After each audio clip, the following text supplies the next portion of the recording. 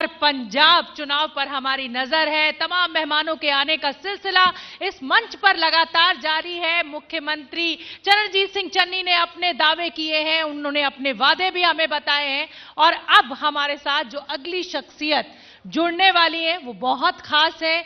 NDA का हिस्सा रही हैं, केंद्रीय मंत्री रही हैं और हरसिमरत कौर जी का मैं स्वागत करना चाहूंगी। सवाल यही, पंजाब का दिल क्या जीत पाएगा अकाली दल?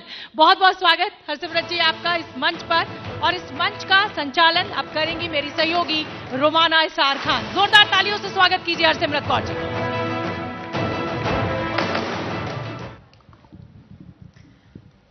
नमस्कार, एबीपी न्यूज के शिखर सम्मेलन के इस सिलसिले को आगे बढ़ाते हैं और इस वक्त बेहद खास मेहमान हरसिमरत कौर बादल जी हमारे साथ मौजूद हैं। जरा एक बार जोरदार तालियां हरसिमरत कौर बादल जी के लिए। Ma'am, thank you so much ABP news के लिए समय निकालने के लिए। Thank you for having me here Romana जी।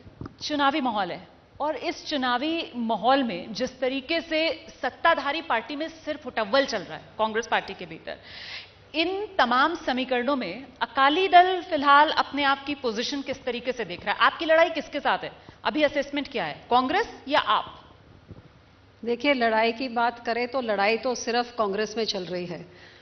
इन दोनों की आपस में लड़ाई हो सकती है। श्रोमणी अकाली दल की लड़ाई हमेशा लोगों के हकों के लिए हुई है, लोगों के राखी के लिए हुई। हम किसी पार्टी के साथ नहीं लड़ते, हम लोगों के मुद्दे पे लड़ाई लड़ते हैं। आप इसको कहें कि हमारी लड़ाई किसके साथ है? हमारी लड़ाई 4.25 साल की इस गवर्नमेंट की मिस गवर्नेंस के खिलाफ है। ब्लेटेंट करप्शन जो हो रही है, डिटीरियोरेटिंग लॉ एंड ऑर्डर जो हो रहा है, भाईचारे सांझ को जो ठेस पहुंचाई गई है और जो कुर्सी की म्यूजिकल चेयर्स चल रही है, एक में लीडरशिप इतनी भरी पड़ी है और दूसरी उनकी जो मेन आज ऑपोजिशन पार्टी है उनको लीडर नहीं मिल रहा है।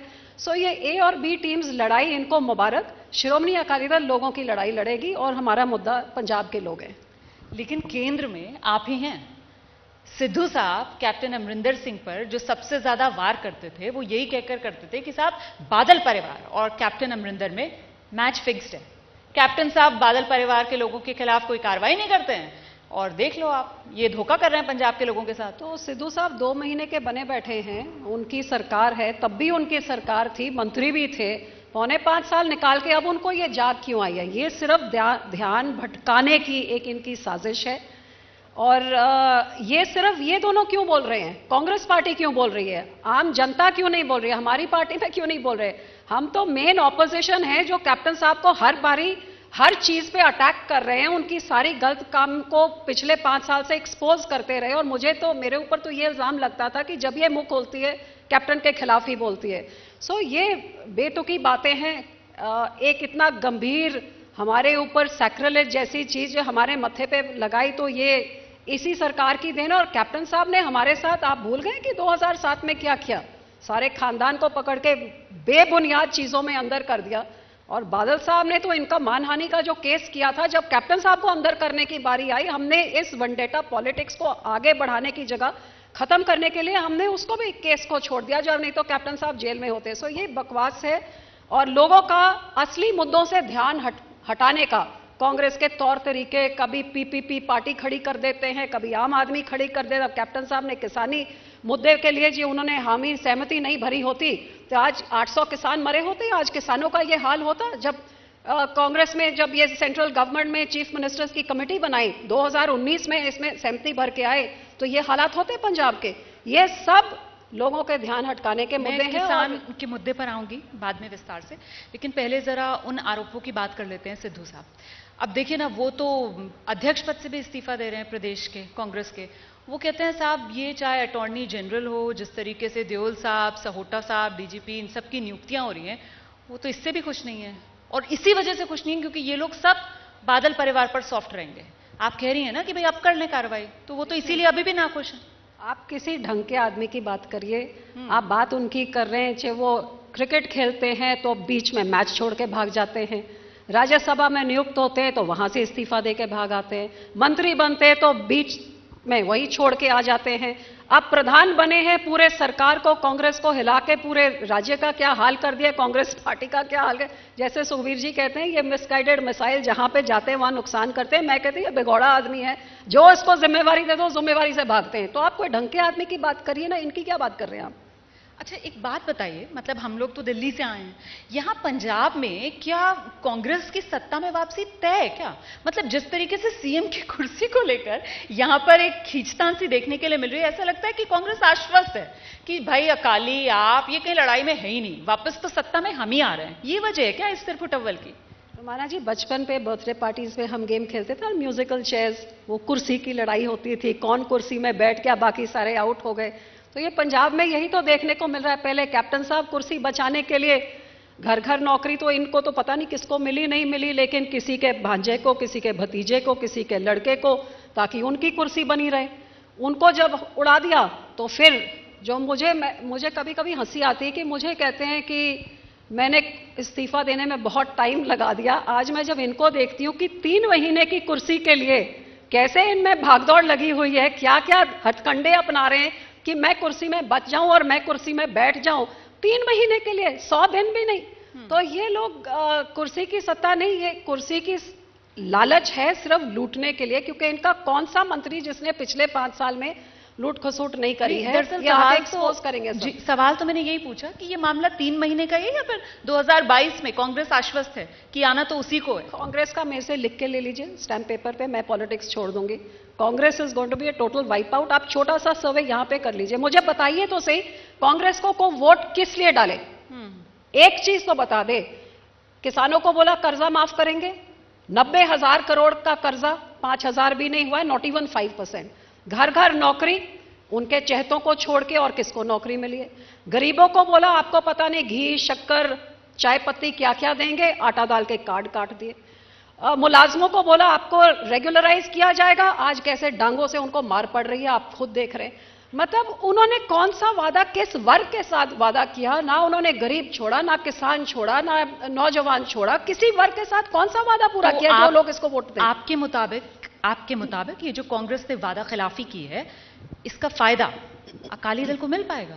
क्योंकि अकालियों को लेकर तो कांग्रेस पार्टी की तरफ से और बाकी जो राजनीतिक दल हैं पंजाब के, वो ये कहते हैं कि साहब किसानों के मुद्दे पर सबसे बड़ी धोखाधड़ी तो अकाली दल ने की। आपके इस्तीफे को लेकर आपको घेरा जाता है कैसे? कि साहब जब ऑर्डिनेंस आ रहा था, जब सारा ग्राउंड वर्क चल रहा था, तब तो आपने किसी तरीके का विरोध नहीं किया, तब तो सिर्फ जबानी जमा खर्च की गई अकाली दल की तरफ से। जब इस्तीफे से ज्यादा मैं और दे क्या सकती हूँ, क्या कर सकती हूँ?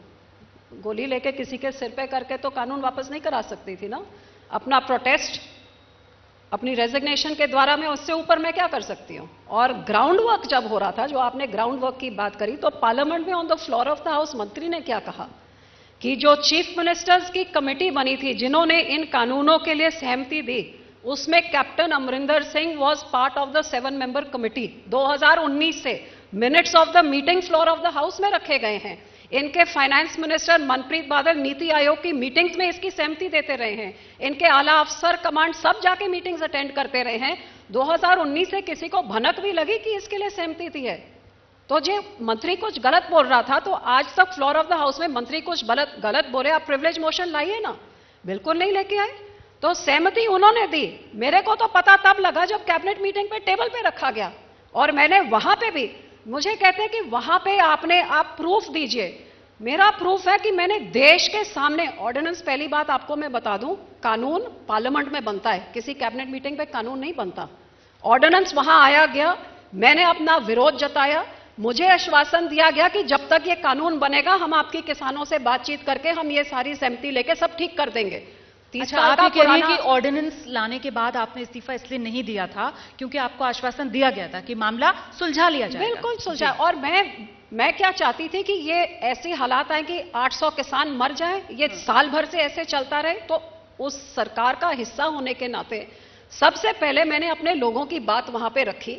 उनको मैंने कहा कि आप ये सारी समस्याएं आप दूर करिए, मुझे आश्वासन दिया गया। और वो 2 महीनों में, जून, जुलाई और अगस्त, इन 3 महीनों में मुझे कहा गया आप किसानों को जाके बताइए, देश के किसानों के फायदे में, जो आपके किसानों को ठीक नहीं लगा हम वो संशोधन कर देंगे कानून बनने से पहले। 3 महीनों में ऊपर नीचे मंत्री को किसान की बात बताएं। सुखबीर जी ने 25 किसान संगठनों से सबसे बात करी। 1 जुलाई को एग्रीकल्चर मिनिस्टर को सारी चीजें लिख के चिट्ठी में भेज दी। उन्होंने उन चिट्ठियों का जवाब दिया और इसके सारी चीजों के बावजूद जब सेशन सितंबर में चलता है, पहले सेशन में पहले दिन इसको टेबल कर दिए। मेरे तो 3 परिवार के मेंबर्स, मदर, फादर, ब्रदर, सब इधर फोर्टिस में कोरोना से एडमिट थे, मैं तो इधर बैठी हुई थी। लेकिन वो देख के इतनी हैरानी हुई कि उनको हॉस्पिटल में छोड़ के मैं तो दिल्ली भागी। आप कर क्या रहे हैं? अभी किसानों के मसले हल नहीं हुए, आप इसको बिल कैसे बना रहे हैं? वहां जाके पूरा जोर लगाया। लेकिन व्हेन इट वाज क्लियर, जैसे अब आप लोगों को तो साल भर में क्लियर हुआ ना कि इनकी मंशा क्या थी, मुझे तो उस टाइम क्लियर हो गया। और जब ये विरोधी पार्टियों, जिनके पास पूरी ताकत है, जो सबसे ज्यादा एमपीज रखते हैं, सबसे ज्यादा विरोध कर सकते हैं, वो राहुल गांधी तो विदेश भाग गए और सारे कांग्रेस के और आम आदमी के एमपीज ने सबने वॉकआउट कर दिया, गिनती घटा दी। बल्कि मैंने जाके अपना इस्तीफा जाके प्रधानमंत्री जी को देके वापस हाउस में आके 2 आवाजों ने विरोध किया, तो वो हमने किया। दुनिया के सामने सारा प्रूफ है। तो ये उंगली उठा रहे हैं उन पे जो लोगों ने ये बिल पंजाब में लागू भी किए हैं, आज तक लागू हैं, और जिन्होंने ये बिल पास करने के लिए अपना सारा कुछ उन्होंने पूरा सपोर्ट दिया। और एक सेंट्रल मिनिस्टर के रिजाइन होने से ये देश का ये मुद्दा बना। नॉर्थ से लेके तमिलनाडु तक, साउथ तक सबको मुद्दा पता लगा। और 2 दिन बाद जब राज्यसभा में पहुंचा तो 18 पार्टियों ने उधर विरोध किया, इधर किसी ने विरोध नहीं किया था। ठीक है, लेकिन फिर ऐसा क्यों है कि पंजाब के अंदर जो किसान हैं वो खुश नहीं है? लेकिन हम जो खबरें देखते हैं उसमें खबरें आती हैं कि साहब किसानों के साथ पंजाब में कांग्रेस है और अकाली नेता जहां जाते हैं वहां पर उनको काले झंडे दिखाए जाते हैं, किसान नाराज हैं अकाली दल के नेताओं से। ऐसा मैसेज क्यों गया? तो वो किसकी तारें कहां जुड़ी हुई हैं? कैप्टन साहब ने, खुद झाकड़ साहब ने बहुत कुछ बोल दिया कि हमने तो बहुत अच्छी तरीके से सारा आंदोलन दिल्ली के बॉर्डर तक भिजवा दिया। और बीच में कैप्टन साहब कहां तक भाजपा के साथ जुड़े हुए थे, ये तो 6 साल उस मंत्रिमंडल का हिस्सा होने के नाते मैंने देख ही लिया, और आप भी देख रहे हैं। अब कितने चक्कर लगा लिए हैं और भाजपा में कहां से कहां तक हाथ और तार जुड़े हुए हैं। जिस तरीके से उनको गृह मंत्री जी और प्रधानमंत्री जी मिलते हैं, उस तरीके से मैंने कभी उनको बादल साहब को तो मिलते हुए, ना सुखबीर जी को, ना मुझे ऐसे तो मिलते हुए देखा नहीं। ये बहुत इंटरेस्टिंग बात है। मुझे लगता है आपको इस पर थोड़ा सा और राज खोलना चाहिए। ये इंटरेस्टिंग चीज है क्योंकि कैप्टन अमरिंदर सिंह तो कह रहे हैं कि वो बीजेपी ज्वाइन नहीं कर रहे हैं। हाँ, वो तो अभी की बात है ना। हाँ। तो सबसे पहले यहां से भाग के जब गए थे, मैं तो कपूरथला से हाउस से अपना सामान उठाने जा रहा हूं। हाँ। तो किसके पास गए? रात को मीटिंग किसके साथ करी? कौन सी फाइलों के एक्सचेंज हुए? क्या कुछ हो रहा है वहां पे? आने वाले दिनों में सब आपके सामने आ जाएगा। ये तो बहुत पहले से ये तारें जुड़ी हुई थी, तो ये सब कुछ पहले से ही पता था। किसानी आंदोलन उधर क्यों गया, इन बिलों के लिए विरोध क्यों नहीं किया, क्यों डब्बे में बंद करके रखा है? तो हर चीजों के लिए तो घुटने टेक देते, क्योंकि उनके काले धन के जो केसेस चल रहे हैं वो ठंडे बस्ते में क्यों पड़े हैं पिछले 5 साल से। जो आज नेशनलिस्ट अपने आप को कह रहे हैं, तो जो पाकिस्तानी गेस्ट सीएम हाउस में बैठे रहे इतने 10-15 साल से, वो सरकारों के वीजा के परमिशन के बिना तो बैठ नहीं सकते थे। आप, ये बहुत कुछ चलता रहा है। आप किन गेस्ट की बात कर रही हैं? जो कैप्टन साहब के पाकिस्तानी गेस्ट थे, इधर पूछ लीजिए, जो पब्लिक बैठी है वो आपको खुद बता देंगे। आईएसआई के बहुत सीनियर जर्नलिस्ट रिपोर्टर हैं, कोई उनको आईएसआई के एजेंट भी कहते हैं, जो थे। आप पाकिस्तान से पता कर लीजिए, आप नाम तो जानते ही होंगे। जिनके गोदी में आप उनके, चाहे उनका डीजीपी हो चाहे चीफ सेक्रेटरी हो, तो चला तो सरकार उधर से चल रही थी। सरकार और कहां से चल रही थी? लेकिन वो तो एक प्रॉपर प्रोसेस होता है ना। तो अगर कोई गेस्ट आया भी है, पाकिस्तान से कोई गेस्ट आया है, तो वो तो फिर प्रॉपर परमिशन से आया होगा। तो इसमें आपत्ति क्या है? इसमें पॉलिटिक्स कैसे? तो 10 साल से या पिछले 5 साल से सीएम हाउस में आप मुझे बता दीजिए और कौन सी सरकार है देश में 70 साल के इतिहास में जहां पाकिस्तान, जिसका हम नाम लेते ही देश के लोगों का बुखार बढ़ जाता है, खासतौर से बीजेपी का तो बहुत ही पारा उतर जाता है। एक पाकिस्तान की एक डिफेंस जर्नलिस्ट एक मुख्यमंत्री के घर में रह रही हैं 5 साल से, किसी का बुखार नहीं चढ़ा, चर्चा तक नहीं हुई। क्यों? है कोई और एग्जाम्पल? आप ये आरोप लगा रही हैं कि साहब बीजेपी पर मैं कैप्टन साहब के बीच सांठगांठ है, ये कह रही हैं। हम कैप्टन की बात क्यों कर रहे हैं? जिन्होंने झूठी कस्में गुटपा साहब पे खाई वो भुगत रहे हैं ना। हमारी तो अरदास थी, जिन्होंने करवाया और जिन्होंने सियासत बेअदबी पे खेली उनका कख ना रहे, इनका तो कख रहना नहीं। हम कैप्टन तो हम इनकी परफॉर्मेंस पे बात करें ना। जी, हम कैप्टन साहब पर इसलिए बात करें, आपने कसमों की बात की। तो उनकी नई पार्टी ने, उनको विरोधियों ने जो काम करना था उनकी खुद की पार्टी ने कर दिया था। उनकी क्या बात का? अब उनका हाल बीजेपी संवारेगी, वो आप समय में देखना आगे आगे होता है क्या। अभी तो कहानी बाकी है। ये तो अभी इंटरवल भी नहीं हुआ, आता है ना पिक्चर में इंटरवल। अभी तो इंटरवल भी तक नहीं पहुंचे हैं, अभी आगे आगे देखो होता है क्या। तो मतलब कांग्रेस में ये जो सरफुटअव्वल चल रहा है, अभी इसका फायदा उठाने के दावेदार कई देखिए, आएंगे। कांग्रेस में जो भी चल रहा है, मुझे जिस चीज की सबसे ज्यादा दुख इस बात के होता है कि आज पंजाब में एक मुख्यमंत्री वो अपना डीजीपी नहीं चुन सकता, वो अपना चीफ सेक्रेटरी नहीं चुन सकता, वो अपना एजी नहीं चुन सकता। एक तरफ कांग्रेस पार्टी, हमने पहली बारी एक अल्पसंख्यक शेड्यूल का, ये हाँ वो वर्ड यूज नहीं करना है, एससी, ठीक है, उनको बनाया है। तो बनाया, it was it just a photo op? हम सब जानते हैं कि किस मजबूरी में आपने बनाया, वो सबके सामने है। लेकिन जब वो बन गए तो उस पोस्ट को आप ऑनर करिए, उनको वो पावर दीजिए ताकि वो काम कर सके। लेकिन काम कौन करने दे रहा है? मुझे लगता है पहले हफ्ते में के 4 दिन तो दिल्ली में हाई कमांड, ये मैं कहती हूँ ऐसी मोनार्की तो अंग्रेजों के साथ चली गई थी, जहां क्वीन एलिजाबेथ वहां बैठ के जहां जहां उनकी है वहां हिंदुस्तान भी चलाती थी। तो ये गांधी परिवार उधर बैठा, रोज हमारा सीएम उधर भागे जा रहा है कि मैं किसको लगाऊं किसको हटाऊं, मंत्री ने तक नहीं बना सकते, अफसर तक नहीं बना सकते। तो अकेले अखबार में ऐड देने के लिए जो आपने उनको बनाया और यूपी में दिखाने के लिए बनाया है, तो ये तो मजाक आप हमारे पंजाबियों का और हमारे राज्य का बना रहे हैं ना। तो अब ये 3 महीने में क्या गवर्नेंस रहेगी? आगे पिछले साल भर में क्या गवर्नेंस रही? पहले कैप्टन साहब कुर्सी बचाने के लिए उनकी तो चलो 4.5 साल गवर्नेंस थी नहीं, जो दफ्तर नहीं गया उन्हें गवर्नेंस क्या करी। अब नए आए उनको 3 महीने तो डिलीवर करने दे, जो जो आपके मैनिफेस्टो में 18 पॉइंट एजेंडा आपने बनाए, तो उनको चलने कोई नहीं दे रहा है। लेकिन ये मजबूरी का मुख्यमंत्री किस लिए बनाना है? आप कह रही हैं कि साहब कांग्रेस के लिए मजबूरी का नाम चरणजीत सिंह चन्नी है, लेकिन कांग्रेस उसको मजबूरी का नाम नहीं मास्टर स्ट्रोक बता रही है। हाँ, वो कांग्रेस के रणनीतिकार कह रहे हैं कि साहब देखिए, पंजाब के इतिहास में हमने पहली बार पंजाब में जो एससी सिख समुदाय है उससे मुख्यमंत्री बना दिया। आप लोग तो डिप्टी सीएम तक का ही वादा कर रहे थे, बस आप लोग तो बीएसपी के साथ समझौता ही कर पाए थे बस। तो हमारा फर्क सिर्फ यह है कि हमने किसी मजबूरी में समझौता नहीं किया और किसी मजबूरी में ऐलान नहीं किया। यहाँ तो जाखड़ साहब से, अंबिका से, सोनी जी से, सिद्धू से, सुखी रंधावा जी से, पता नहीं कितने कितने और आके वहां जाके बेचारे चन्नी जी कंसेशंस कैंडिडेट बने, लेकिन बन गया, मुख्यमंत्री हैं, आदरणीय मुख्यमंत्री हैं, उनका आदर करिए, सत्कार करिए, चलाने दीजिए उनको पंजाब, करने दीजिए कोई ढंग का काम। अब तो उनकी टांगे मत खींचिए ना। लेकिन हाई कमांड, यही मैं कहती हूँ, ये कठपुतली वाली दिल्ली से चली हुई सरकार नहीं चाहिए। ना ही केजरीवाल की कठपुतली यहाँ पे चाहिए, ना गांधी परिवार का चाहिए, ना ही बीजेपी का चाहिए। पंजाब के लोगों को पंजाब और पंजाबियों की सरकार चाहिए जो यहाँ से चलती है।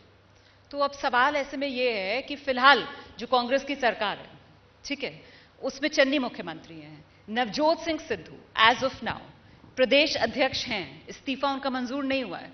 तो चुनौती अकाली दल के लिए यहां से क्या बढ़ती हुई नजर आती है, अगर सब कुछ यहां से कांग्रेस के खेमे में आगे इसी तरीके से बढ़ता है तो? आप अकाली दल के बारे क्यों बात कर रहे हैं? हम तो मेन ऑपोजिशन पार्टी भी नहीं है। ये है गवर्नमेंट की परफॉर्मेंस का डिबेट था। मैंने तो सोचा ये अकाली दल की बात कहां से आ गई? अकाली दल आपको दिखाएगा आने वाले 2022 में क्या अकाली दल की क्या परफॉर्मेंस होगी, उधर होगी। हमारा एक ही एजेंडा होता है, पंजाब में अमन शांति, भाईचारिक सांझ और पंजाब की डेवलपमेंट। आप ये सड़कें देखें, ये एयरपोर्ट देखें, आप सब जाते होंगे, ये था क्या 15 साल पहले? ये सब अकाली दल की देन है। बिजली सरप्लस करना, गरीबों को सहूलता देना, इंडस्ट्री को लेके आना, पंजाब को एक प्रोग्रेसिव, ऐसी ऐसी चीजें, पंजाब का सिंगल विंडो सिस्टम इंडस्ट्री को अट्रैक्ट करने के लिए हम लेके आए, जिससे पंजाब को नेशनल लेवल पे हमको अवार्ड्स मिलते थे। अब ये 5 सालों में ये पंजाब क्या रह गया है? एक्सटॉर्शन चल रही है। कोई इंडस्ट्रियलिस्ट बता दे, दुकानदारों तक उनकी एक्सटॉर्शन चल रही है। लॉ एंड ऑर्डर नाम की चीज नहीं है। किसानी आंदोलन से पूरा भाईचारिक सांझ को क्या कर, मतलब 5 साल में बिजली से लेके किसानी तक लेके नौकरियों का, नौजवान तक, ये पंजाब कहां रह गया है? यहाँ क्या जो यहाँ पे हम एजुकेशन 2017 में जब आप लोग आप बता दीजिए 5 साल में इस कांग्रेस सरकार की एक उपलब्धि बताइए। ठीक है, 2017 में जब कांग्रेस सत्ता में आई थी तो उसकी तरफ से कहा गया था कि साहब ये अकाली गए 10 साल राज करके और ये खजाने खाली करके गए, अब यहां से हमें पंजाब को आगे बढ़ाना है। अब आज की तारीख में जब चन्नी साहब नए मुख्यमंत्री बने तो वो कहते हैं साहब मैं आम लोगों का सीएम हूं, अब मैं चलाकर दिखाऊंगा। आते हैं वो फैसला करना शुरू कर देते हैं, बिजली को लेकर वो फैसला करते हैं, पानी को लेकर वो फैसला करते हैं, रेत माफिया के खिलाफ वो एक्शन की बात करते हैं। तो फिर आपकी नजर में वो कैप्टन सरकार जो चल रही थी कांग्रेस की, उसको हराना आसान था आप लोगों के लिए, या फिर अब चन्नी साहब जो हैं, ये जिस तरीके की एक अनस्टेबिलिटी कांग्रेस के खेमे में दिख रही है, इनको हराना आसान होगा आपके लिए? देखिए, चन्नी साहब ने बहुत अच्छे, जब वो मुख्यमंत्री बने तो पहली प्रेस कॉन्फ्रेंस में बहुत दिल को छूने वाली बातें अपनी गरीबी के बारे कहा जी। अगले ही दिन 16 लाख पर घंटे का 16 सीटर प्राइवेट जहाज, जब सरकार के अपना जहाज, हेलीकॉप्टर सब कुछ है, कमर्शियल फ्लाइटें भी चलती हैं, तो करोड़ों का जहाज 16 सीटर 4 आदमियों को बिठाने के लिए तो आला कमांड को सलाम करने के लिए उधर पहुंच गए। लेकिन जब फिर उसकी चर्चा हुई तो कम कर दी ना अपनी उन्होंने। हाँ? कह रहे हैं मुझे इतनी बड़ी कमरों जितनी बड़ी गाड़ियां नहीं चाहिए, वो सब भी तो हाँ, कम कर वो देना। बंद, वो तो कमरे जितने बड़ी गाड़ी नहीं, तो साथ की साथ 16 करोड़ की सबके लिए brand new Innova bullet proof गाड़ी जो थी वो ठीक नहीं। चन्नी साहब के मंत्रियों के लिए 16 करोड़ की, 23 करोड़ की सबके लिए ब्रांड न्यू इनोवा। हमारे गरीब मुख्यमंत्री हैं, बड़ी गाड़ी में नहीं, लेकिन खजाना खाली लोगों के लिए है, इनकी गाड़ियों के लिए। तो मैं जो कह रही थी कि अपने 16 सीटर एयरक्राफ्ट में 4 लोगों को लेकर करोड़ों का, लाखों का नुकसान करके उधर पहुंचे, और जब शोर मचा तो इंडिगो की फ्लाइट में, कि मैं तो इकोनॉमी में बैठता हूं, इंडिगो में बिजनेस क्लास आपने कभी देखी है? मैंने तो देखी नहीं है इंडिगो की फ्लाइट में।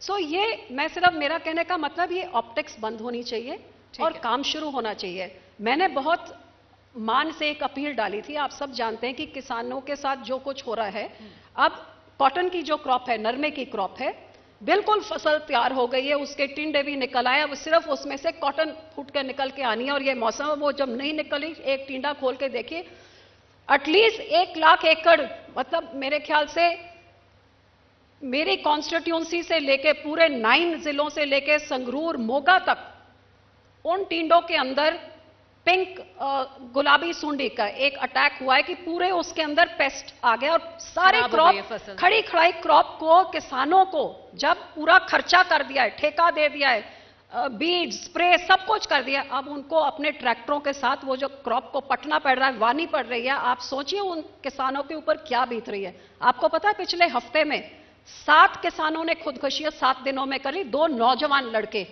और मैंने बड़े मान से पहले दिन जब ये वीडियोस आने लगी, मैंने मुख्यमंत्री साहब को, कि बड़ा खुशी हुई कि एक गरीब परिवार से, आप इस गरीब को समझ सकते हैं, आप इमीडिएटली कॉम्पनसेशन ऐलान करिए।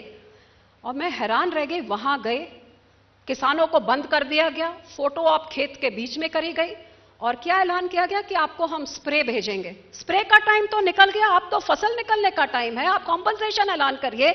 जो हफ्ता पहले कॉम्पनसेशन उस दिन ऐलान कर दे, ये 7 जाने बच जाती, आज तक नहीं ऐलान किया है।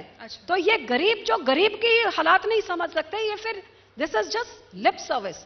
हमारे टाइम पे जब हुआ था, बादल साहब gave 1000 rupees compensation for this, चिट्टा मक्खी हुआ था उस time, I remember, I had just become an MP. और खेत मजदूर, एक खेत मजदूर की तो सारी आमदनी रुल गई, क्योंकि वो नरमा चुग गई, सब काम कर रहे हैं। ऑलमोस्ट आई थिंक 800 करोड़ पहली बार हिस्ट्री में कि मजदूरों को भी कॉम्पनसेशन दिया गया। तो आप गरीब होने से गरीब की तकलीफ नहीं समझ सकते, एक यहां पे कुछ दिल होना चाहिए। लेकिन ये तो तारीफ करेंगे ना आप चन्नी साहब की कि धान खरीद की जो तारीख केंद्र की तरफ से आगे बढ़वा दी गई थी, मुख्यमंत्री बनकर वो गए, पीएम मोदी से मिले, तीनों कृषि कानून वापस करने की गुजारिश के साथ साथ उन्होंने कहा कि साहब धान खरीद शुरू करवाइए, और हो गई फिर वो। जी नहीं, हाँ। वो गए जब अमरिंदर सिंह मिलके आए, क्योंकि हाई कमांड ने कहा मुख्यमंत्री तुम बने हो, वो क्यों मिली जा रहा है, वो पंजाब के इश्यूज कैसे रेज कर रहे हैं, तब चन्नी जी भागे गए। नहीं तो उनकी दौड़ तो सिर्फ हाईकमांड के दरवाजे तक होती थी, कौन सा मंत्री बैठाऊं और कौन सा उठाऊं, कौन सा गिराऊं, वो तो उधर तक चल रही थी।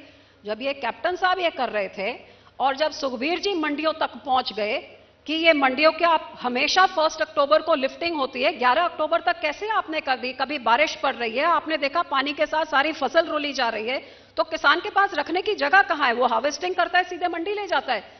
बारदानों की अरेंजमेंट नहीं हुई है, लिफ्टिंग का अरेंजमेंट कुछ नहीं हुआ है, क्योंकि इनके म्यूजिकल चेयर, कुर्सी कुर्सी का खेल चल रहा था।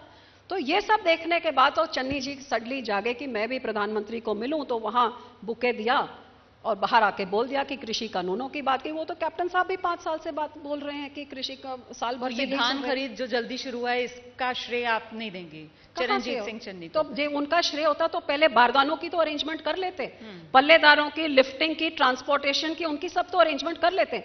दिस वॉज अ प्लॉय कि ये बेचारे किसान मजबूर होकर प्राइवेट में बेचना शुरू करें, क्योंकि मंडियों पे खरीद नहीं हो रही, और जैसे कैसे दाम है, तो प्राइवेट को मदद करने वाला काम था। जब हमने इसको मुद्दा बना लिया, तब उनको ये शुरू करना पड़ा। तो ये जो फैसले हैं केंद्र सरकार की तरफ से लिए जा रहे हैं, तो ये केंद्र सरकार के एक तरीके से किसान विरोधी फैसले ही कहे जाएंगे। तो अभी तक तो आप ये कह रही थी कि साहब पंजाब के अंदर कैप्टन अमरिंदर सिंह थे, जो बीजेपी के साथ साठगांठ का खेल है, आप ये समझिए, आप इस बात को कह रही थी। लेकिन अब तो चन्नी आ गया ना, तो अब तो केंद्र सरकार का जो भी किसानों के खिलाफ जो बात आप कर रही हैं, कदम उठा रही है, तो फिर अब नई पंजाब के अंदर ये जो कांग्रेस की सरकार है, ये तो फिर अलग ही लाइन टो करेगी और फिर इसके साथ तो और किसान जुड़ेंगे, तो ये तो आप लोगों के लिए परेशानी है। जो अभी की सरकार है 80-90 दिनों की सरकार, इनका तो एक ही एजेंडा है कि मंत्री का ठप्पा लगाऊं, मैं मुख्यमंत्री का लगवा लूं अपने नाम के पीछे, एक्स मंत्री एक्स मुख्यमंत्री, और 3 महीनों में जितना मैं लूट सकता हूं उतना मैं बटोर लूं। इनका सिर्फ 2 पॉइंट एजेंडा है। 3 महीनों में मैं, आप भी यहां बैठे, मैं भी यहां बैठी हूं, हम लोग फिर मिलेंगे फरवरी में कि 3 महीने का टाइम मिला था, बताइए तो उसे काम क्या किया। बहुत बड़ी बड़ी बातें। अब डीसी को कह दिया 5-5 मरले के प्लॉट गरीब को दे दो। किस गरीब को क्या मिलना है? बिजली के बिल कर दो। एक तरफ कहते हैं खजाना खाली है। सो ये खजाना खाली मंत्री की मेंटालिटी तो हमारे टाइम से यही थी कि खजाना खाली है। उस खाली खजाने से हमने सड़कें भी बना दी, बिजली भी सरप्लस कर दिया, एयरपोर्ट भी कर दिया, आटा दाल भी बना दिया, सब कुछ दे दिया वो उसी खाली खजाने से, जिससे इन्होंने वो सब बंद करने के बावजूद इनका खजाना नहीं भरा, 5 साल तक नहीं भर सके। सो ये सरकार किस लिए है वो मैंने आपको क्लियर कर दिया। जहां तक सेंटर की सरकार है, किसान विरोधी है, इसमें कोई शक नहीं है। आप कह रही हैं कि मोदी सरकार किसान विरोधी है? बिल्कुल किसान विरोधी है। 2022 तक तो बोलते थे, 2016 में मैं खुद जाके बोलती थी, क्योंकि मैं भी उनकी बात मानती थी, शायद आप भी मानते होंगे कि 2022 तक जब 75वां साल आजादी का होगा, किसानों की आमदन दुगनी करी जाएगी। 2 महीने रह गए हैं। दुगनी तो आपने क्या, आप ऐसा काला कानून ले आए जो मुझे आज तक नहीं समझ आता कि बड़े मान से हमने 3000 पुराने ऑब्सोलीट लॉज को हमने रिपील कर दिया है। जब आप 3000 को कर सकते हैं तो ये किसान साल भर से बैठे हैं, उनकी क्यों नहीं मान सकते? जय जवान जय किसान सिर्फ एक नारे के लिए अच्छा है। और इसको पंजाब से, जब आप मेरी बात मान लेते हैं, 2020 में जब 3 जून को मैंने आपको एक बार नहीं, बार बार नहीं, कितनी मैंने मिन्नतें उठाई कि आप देश में आग मत लगाइए, किसान जमीन पे उतरेगा। जब आप मेरी जून 3 में मेरी बात आप मान लेते तो पंजाब छोड़िए, आज हरियाणा में ये बाहर नहीं निकल सकते। आज यूपी में क्या हो रहा है? क्यों ये किस चीज से? इनसे ज्यादा किसान विरोधी ये देश के हालात बर्बाद। पंजाब में भाईचारे सांझ खत्म कर दिए, हरियाणा में भी यही हो रहा है, अब यूपी में भी है, और यूपी में उधर लड़ाई। मैंने उनका मंत्री जिसका बेटा ने इनका इन्वॉल्वमेंट है इन सब में, उनका मैं एक सुन रही थी, उधर फिर वहां पे भी खालिस्तानी कर रहे हैं, फला डिमका कर रहे हैं। सो किसानों को बदनाम करने में जिन्होंने, जब प्रधानमंत्री खुद ही कह देते हैं कि ये परजीवी हैं, किसान को आप पैरासाइट बोल देंगे, तो फिर आपके नीचे तो आपको मालूम है भाजपा का काम करने का तरीका क्या है। एक एसडीएम की क्या जरूरत होती कि वो पुलिस को बोले कि लट मार मार के सिर फोड़ दो, क्योंकि कल खट्टर साहब को आप सुन लें। आप लोग तो बीजेपी के सबसे पुराने सहयोगी रहे हैं और किसानों के लिए आप लोगों के मन में दर्द भी है। कोई रास्ता नहीं निकल सकता इसका? अगर नहीं तो क्यों? देखिए, ये बीजेपी वाजपेयी साहब वाली बीजेपी रही नहीं। जब बाल साहब ने गठबंधन किया था, वाजपेयी साहब का था सबका साथ, जो स्लोगन इधर है ना, वो उनका अमल उनका था। इधर सिर्फ स्लोगन है, इधर इट्स माय वे और द हाईवे। बीच का रास्ता तो तब निकलता जिन्होंने ये बिना पूछे बिना बताए कोविड की आड़ में पूंजीपतियों के फैसले में ये थोप दिया है। जे कोई बीच का रास्ता वो निकालना चाहते हैं तो रास्ता ऐसे मिनटों में निकल सकता है। अच्छा। 800 किसान जो मर गए वो सब बच सकते थे, आगे कितने 2024 तक मरेंगे वो भी बच सकते हैं, लेकिन ये सरकार रास्ता निकालना ही नहीं चाहती। वो क्या मजबूरी है कि नहीं निकालना चाहती, वो बात मुझे आज तक समझ नहीं आई। ठीक है, समय मेरे पास इतना ही है। बहुत शुक्रिया, आपने वक्त निकाला। चलते चलते बस आपका असेसमेंट, अकाली दल के लिए 2022 में गठबंधन जो है आपका, कितनी सीटें आप लोग एक्सपेक्ट कर रहे हैं 2022 में? देखिए, सीटों का तो मैं झूठ का तो बोलूं, मुझे झूठ बोलने की आदत नहीं है, लेकिन मैं आज आपके शो में ये बोल के मैं जा रही हूं कि पंजाब को एक स्थिर, स्टेबल और मजबूत सरकार की जरूरत है। एक ऐसे मुख्यमंत्री की जरूरत है जो पंजाब को आगे लेके जाए, जो लोगों के बीच में रह के उनकी तकलीफें देखे, महसूस करे और हल निकाले। कांग्रेस को देख लिया, इनमें ये काम करने वाला कोई नहीं है। केजरीवाल को मुझे तो शौक लगता है कि हमारे लोग कैसे कॉन्टेम्पलेट भी कर रहे हैं। जो आदमी पंजाब में आके किसानों को बोलता है पंजाब का पानी पंजाब में रहेगा, दिल्ली जाके अदालत में हलफनामा पेश करता है कि दिल्ली को भी पंजाब का पानी चाहिए।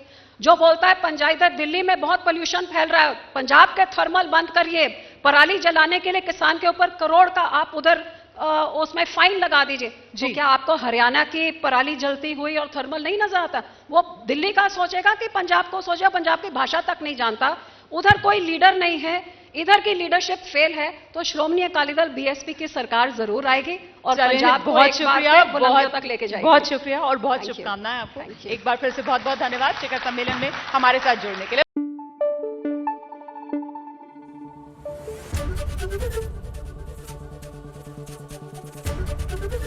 एबीपी न्यूज आपको रखे आगे।